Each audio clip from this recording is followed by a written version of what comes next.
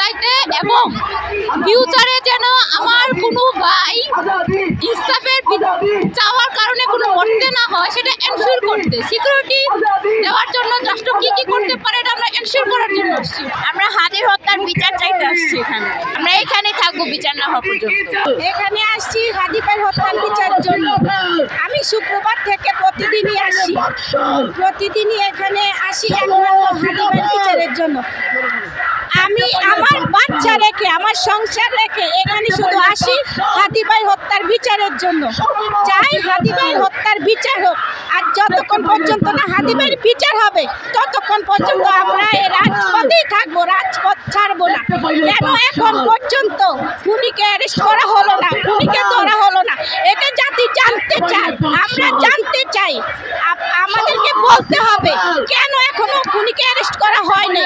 আমরা হাদি ভাই হত্যার বিচার চাই, যতক্ষণ পর্যন্ত হবে না আমরা এখানেই থাকবো। ভাই এখানে আমরা 4 দিন যাবত অবস্থান করছি। আমাদের দাবি 4 দফা দাবি উপস্থাপন করা হয়েছে ইনকিলাব মঞ্চ থেকে। আমরা এই 4 দফা দাবি বাস্তবায়নের জন্যই রাজপথে আছি এবং রাজপথে ইনশাল্লাহ সামনেও থাকবো।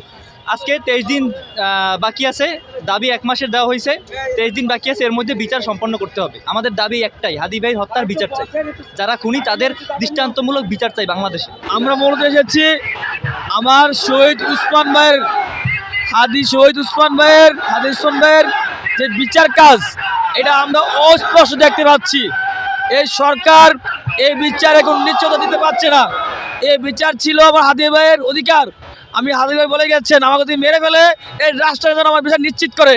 যখন দেখতে পেয়েছি রাষ্ট্র হাদি ভাইয়ের বিচার নিশ্চিত করতে পারছে না, হত্যার বিচার নিশ্চিত করতে পারছে না, তখন এই বাংলার মানুষ, ছাত্র জনতা, সবাই সর্বশেষের মানুষ এই রাজপথে নেমে এসেছে।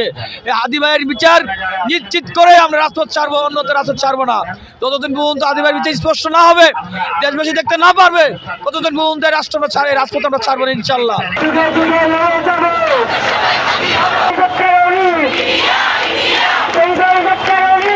Yeah.